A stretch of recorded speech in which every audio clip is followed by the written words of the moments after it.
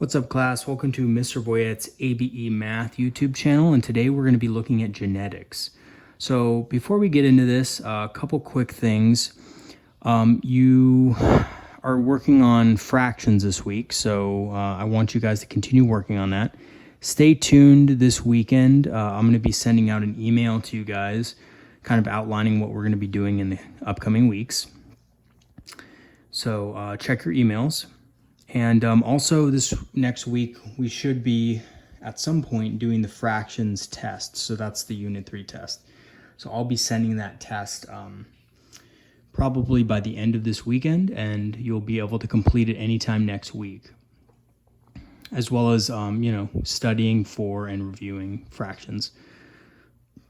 Okay, so let's get into this. So genetics is the study of genes, and what genes are is they are basically code within our DNA that basically says what traits we have, what we look like, what our hair color is, eye color is, blood type is, etc. Okay, so this theory wasn't always known to us. However, there was this guy named Gregor Mendel who started these experiments. And basically, he did them on plants.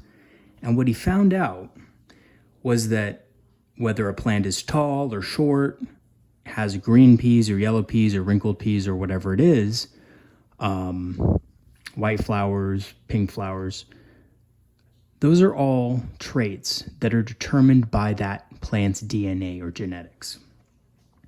So he did a lot of experiments, and he figured out that there was a way to kind of predict what a plant's genetics might be. Okay, and he did this through hundreds of experiments, and what he figured out was that each gene has basically two traits: a dominant trait and a recessive trait. So this is something you need to know for the GED. For each gene, for each trait, there are two letters basically. There's a dominant and a recessive. So the dominant is going to be represented by the capital letter here. So it's a big T in this case. The recessive is going to be represented by a lowercase letter. All right, so let's do a quick example. Now he devised, I think, this kind of a way to do it. It's pretty quick. It's called a Punnett square. So it's just a method used to determine the chances of dominant and recessive traits appearing.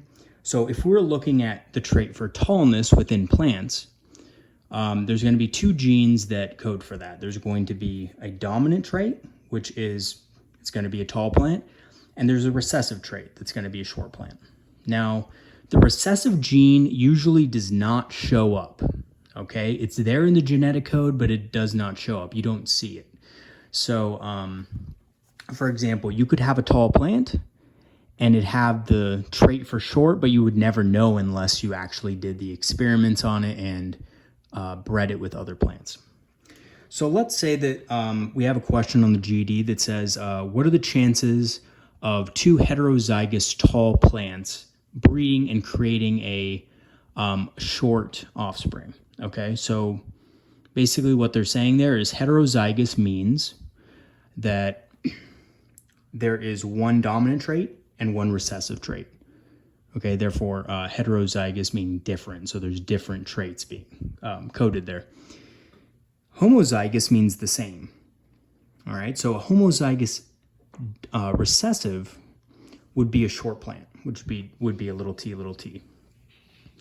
So if they asked you a question like that and they said, what are the chances of there being a recessive plant, a short plant, it would be 1 out of 4, which is right here. So out of every 4 offspring, only one of those is going to be short.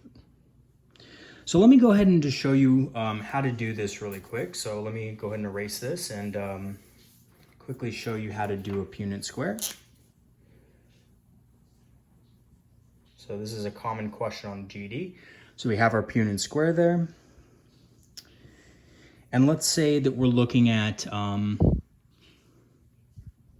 not shortness or tallness, but let's say we're looking at the color of the flower. So let's say that big F is going to be a red flower and little f is going to be a white flower, okay?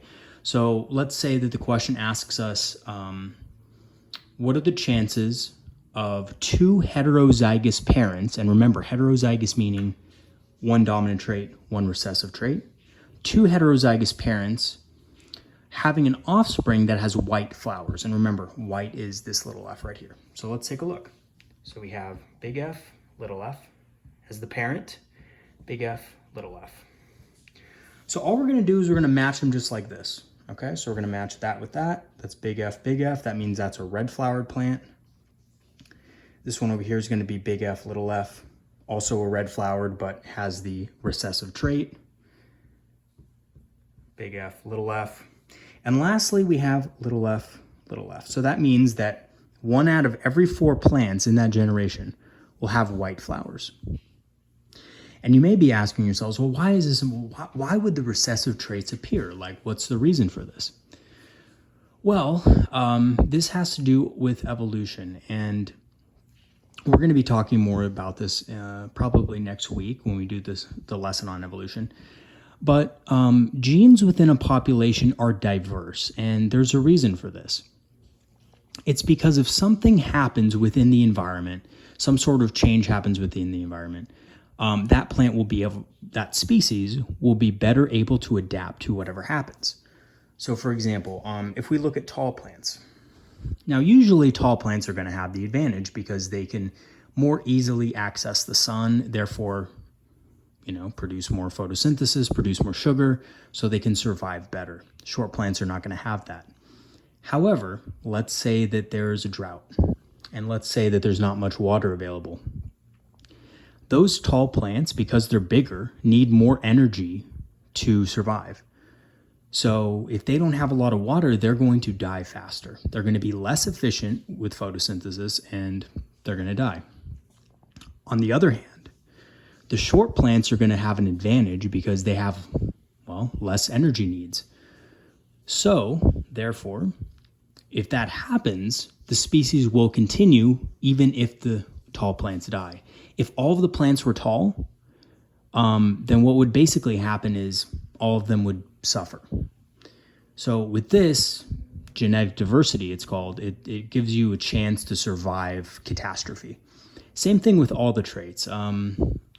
So for example, with flower color, it might be, a certain group of insects leaves the area and they preferred the red flowers, but they leave. And remember, flower color is how plants attract pollinators to fertilize their seeds and so forth. And let's say another group of insects comes in that prefers the white flowers. Well, all of a sudden, the plants with the red flowers aren't going to be so appetizing to them. They're going to go for the white, and thus that genetic population is going to change. If all of them were red, they probably wouldn't get pollinated and, again, would die out.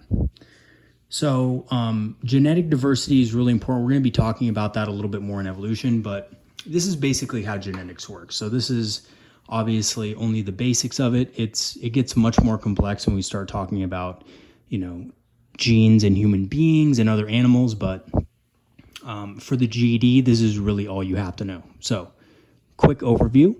For the GED on genetics, you have to know a couple different things. You have to know how to do a Punnett square, okay? You have to know what a recessive and dominant trait are. And remember, dominant trait's the one that shows up